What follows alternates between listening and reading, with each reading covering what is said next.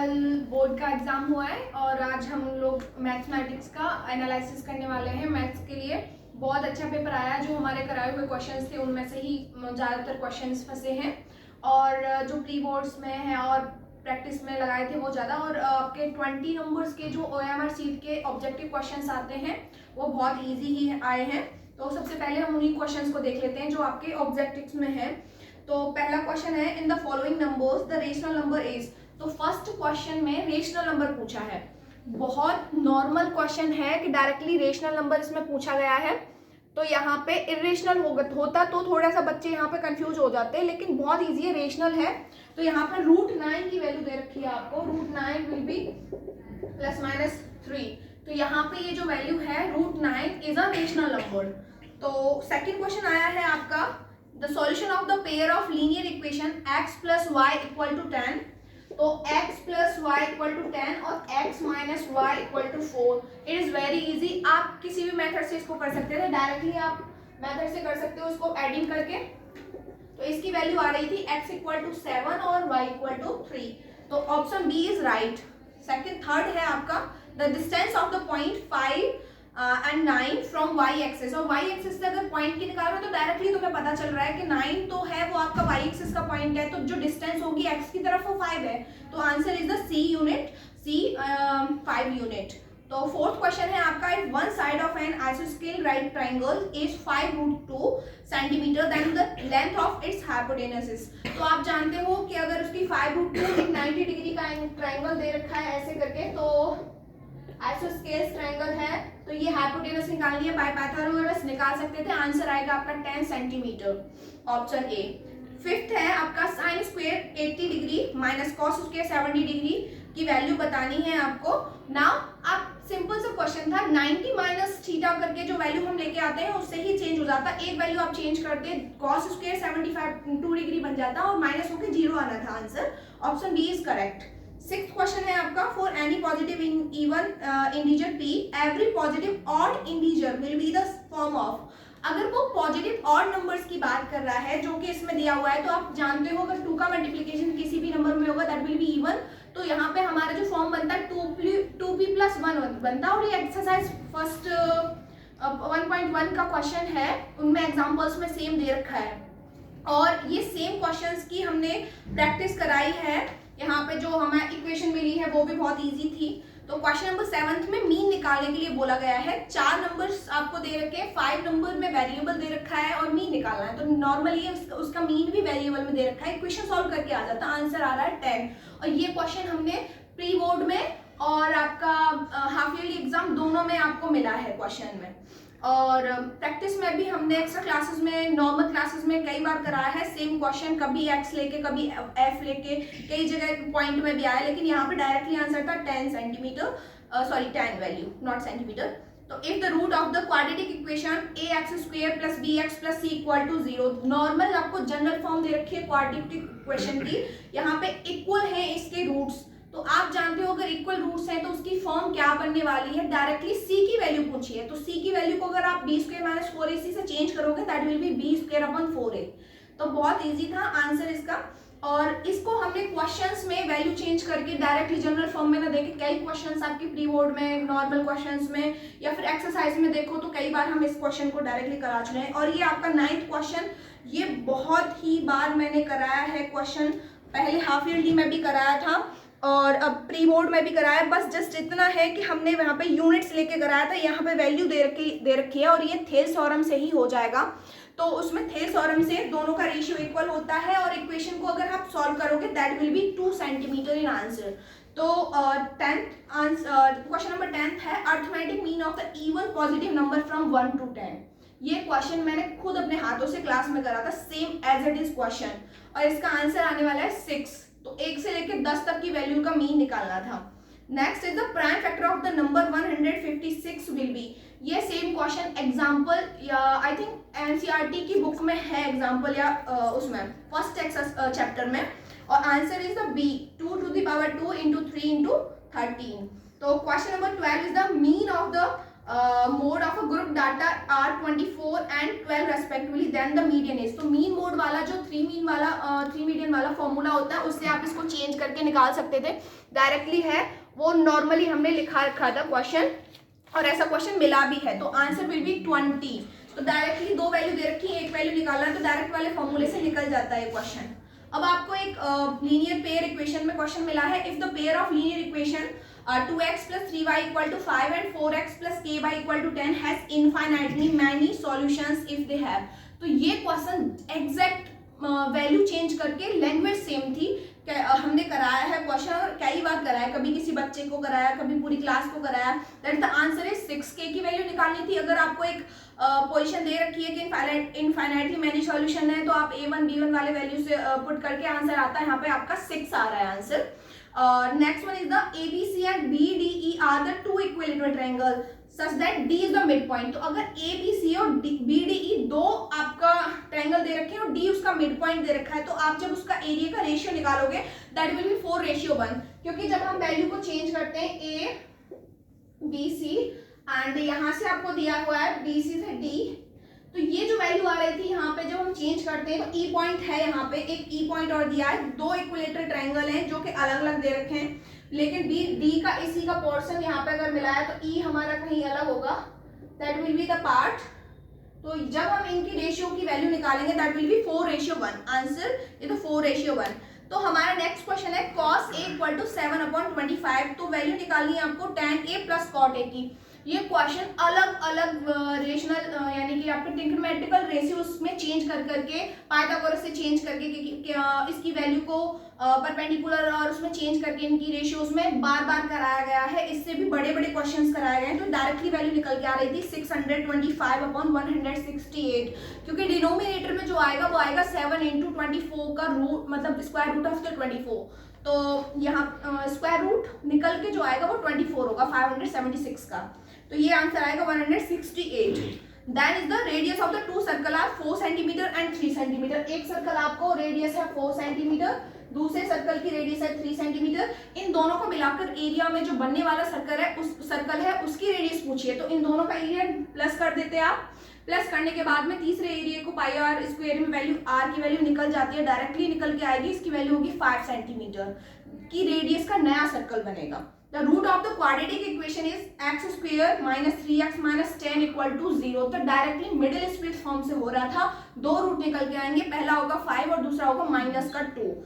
And 18th question is the length of the shadow of a tower of the plane ground. अगर plane ground पे एक tower है, इसकी shadow है, इसका हाइट है, तो इसकी ये √3 हाइट दे रखी है इसमें डायरेक्टली। क्वेश्चन ऐसे कई कराएं, कभी इसकी वॉल वैल्यू पूछी जाती है, कभी ऐसी इसकी वैल्यू पूछी जाती है, कभी यहाँ पे एक सीढ़ी लगा के बात करता है तो उसकी लेंथ दे रखी होती है, दूसरे की उसकी बेस रख के उसको दिया जाता है। कई क्वेश्चन बहुत ज्यादा बात कराए हुए हैं सेम।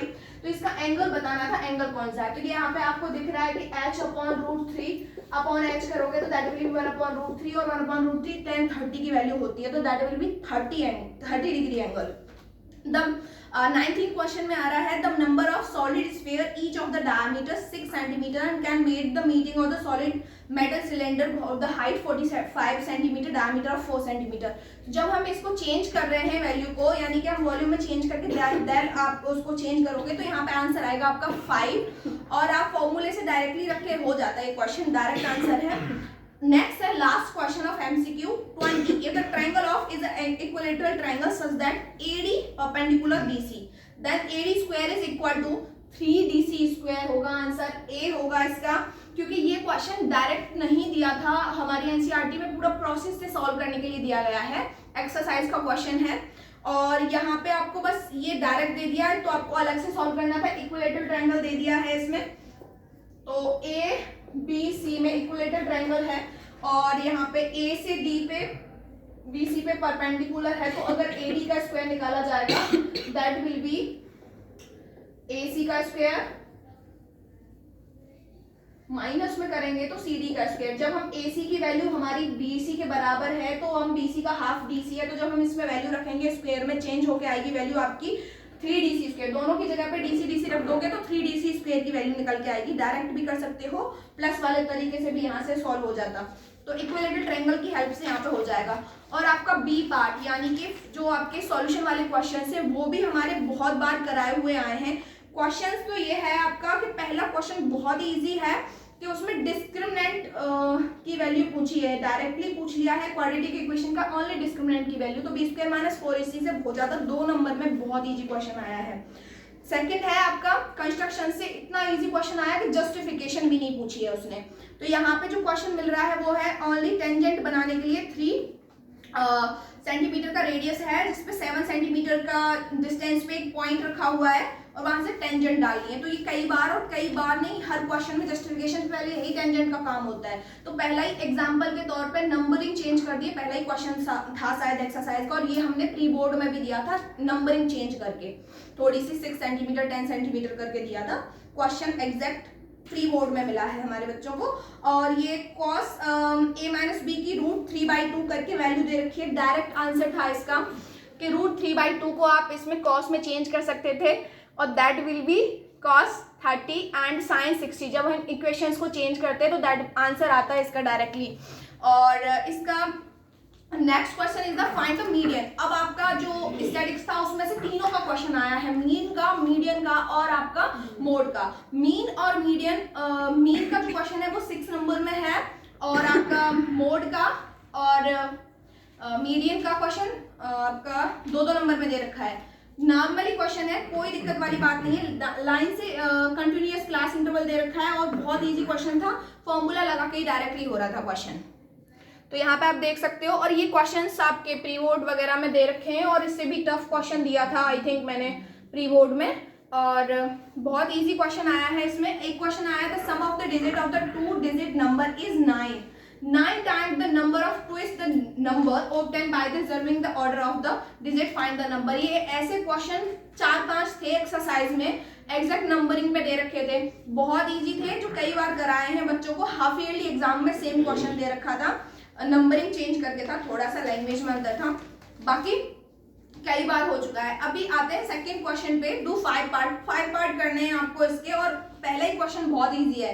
पहले क्वेश्चन में so that the positive odd integer, तो ये जो आपका so that positive odd integer में दे रखा था 4q + 1 और 4q + 3 प्रूफ करना था ऑड इंटीजर में। तो आप यहाँ पे 4q की फॉर्म में आप यूक्लिड डिवीजन लेमा से यहाँ पे प्रूफ कर सकते थे, और ये 2q की फॉर्म में और 2p की फॉर्म में खुद मैंने कई बार कराया है। 4q की फॉर्म में आ गया है, उसमें वो चेंज करके 4q लिख देना था, बस इतना सा अंदर था, बाकी सारा सेम है। ये इसमें जो सेकंड पार्ट दिया गया है इसी का find the HCF of the 867 and 255। ये एक्सरसाइज 1.1 का पहले का थर्ड क्वेश्चन है, एग्जैक्ट यही दे रखा है जो हमने एक्सरसाइज में भी सॉल्व कराया और बार बार आपको कई बार मिला भी है, और इसका एक पार्ट हमने पेपर में भी दिया है और जो मंथली टेस्ट होते हैं उनमें भी दे रखा है ये वाला क्वेश्चन। और यहाँ पे सेकंड बी क्वेश्चन है स्ट्रेट हाईवे लीड्स, तो ये वाला जो क्वेश्चन है वो 9th चैप्टर से है और 9th चैप्टर से ये 15th क्वेश्चन है एक्सरसाइज का, जिसमें वो डिस्टेंस को टाइम से चेंज करके सेकंड में 9 सेकंड वाला आंसर 3 और 9 6 का गैप बनता है। ये पेपर में दिया था, मंथली एग्जाम में भी दे रखा है मैंने, और जो आपके प्री बोर्ड है उनमें भी एग्जैक्ट ये वाला क्वेश्चन दिया है मैंने। तो सेम है कि वो कई बार प्रैक्टिस हो चुकी है। और find the coordinate of the point, ये जो आपके 4-4 नंबर के क्वेश्चन आए हैं वो कई बार ही मैंने कराए हैं, 6 नंबर वालों से भी ज्यादा 4-4 नंबर वाले जो हैं बहुत ज्यादा कराए हुए हैं। Find the coordinate of the point which divide line segment, exact question. अभी ये वाला क्वेश्चन 2 तरीके से हो सकता था, डायरेक्टली मिड पॉइंट करके 4 पार्ट में डिवाइड करके एक लाइन सेगमेंट को, और एक डायरेक्टली डिस्टेंस फॉर्मूले से हो सकता था इक्वल करके। तो ये जो वैल्यू थी सेम, एग्जैक्ट आंसर भी सेम आना था, आपको प्री बोर्ड में मिला है। एक एग्जैक्ट यही क्वेश्चन है, मैंने 4 नंबर में या 6 नंबर में ये दिया था, यहाँ पे ये 4 नंबर में आया है। Next one is the numerator of the fraction is 3 less than, तो ये आपको लीनियर इक्वेशन इन 2 वेरिएबल वाले उससे ही मिला है चैप्टर से। इसमें दोनों वेरिएबल से भी हो सकता था क्वेश्चन, एक वेरिएबल से भी, तो बेटर ये है 2 वेरिएबल से करो, क्योंकि ये डायरेक्टली क्वेश्चन आया है आपका, और इसमें फ्रैक्शन वाला क्वेश्चन आपका एक्सरसाइज में है, साइड वैल्यू अलग है, तो डिक्टो है एक्सरसाइज का, एनसीईआरटी का ही क्वेश्चन है। नेक्स्ट इज द, ये थोड़ा सा डिफरेंट क्वेश्चन है क्योंकि ये एनसीईआरटी में अलग से देखने को, मतलब सेम ही है लेकिन ये वैल्यू जो है वो अलग से, क्वेश्चन का मेथड जो वो अलग से देखने को मिला है। तो यहाँ पे आपको दे रखा है कि 2 सर्कल्स हैं और इसके अगर ये डायमीटर है तो छोटे वाले सर्कल का वो डायमीटर उसकी रेडियस के बराबर है बड़े वाले के, तो इसका रेशियो पूछा है। तो डायरेक्ट आपको निकालना था, दोनों का एरिया का निकालने के बाद में आपको उनका रेशियो निकाल देना था। बहुत ईजी क्वेश्चन है, 4 नंबर में मिला आपको। Next is the find the mean of the following frequency distribution.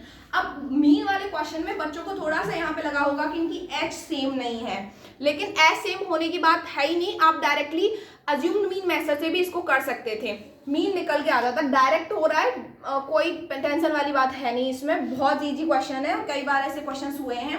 हमने जो दिया था उसमें कंटिन्यूअस नहीं था आपका क्लास इंटरवल, वो क्वेश्चन आपको प्री बोर्ड में मिला था, जो आप कंटिन्यूअस किया देन आपने उसको मीन निकाला था। अभी जो लॉन्ग आंसर टाइप क्वेश्चंस हैं 3, उनमें से पहले क्वेश्चन में मिला है आपको ट्रायंगल्स चैप्टर से। बहुत इजी क्वेश्चन है क्योंकि ये उसी में से लिया गया है, डायरेक्ट प्रूफ कराने वाला, और आपकी एनसीईआरटी से ही मिला क्वेश्चन है ये। तो इसमें है एक BL and CM are the median of triangle ABC right angled at A। Proof करना है आपको 4BL square plus CM square equal to 5BC square. तो ये क्वेश्चंस कभी मल्टीप्लाई में दे दिए जाते हैं, और ये वाला क्वेश्चन आपका एनसीईआरटी एग्जाम्पल में से है, एग्जाम्पल में से ही दिया है, एग्जैक्ट क्वेश्चन है ये।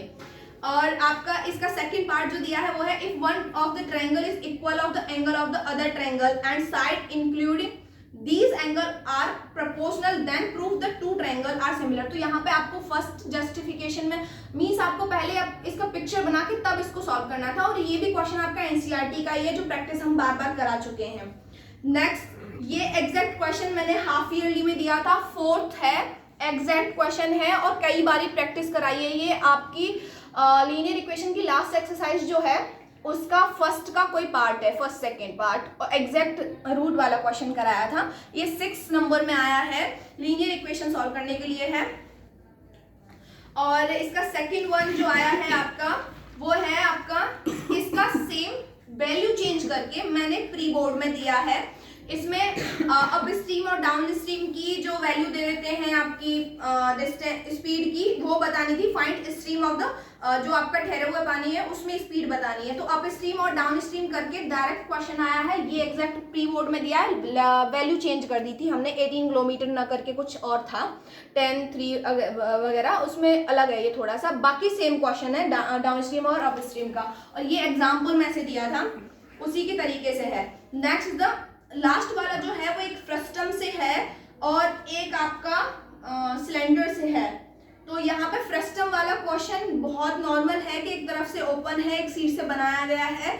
ये बिल्कुल एनसीईआरटी के क्वेश्चन में से ही है, मतलब वैल्यू चेंज करके है, वही क्वेश्चन है फ्रस्टम का। और लास्ट वाला इसी का सेकेंड एग्जाम्पल जो था वो, और ये बिल्कुल एग्जैक्ट एक्सरसाइज का क्वेश्चन है जो कई बार मैंने कराया है।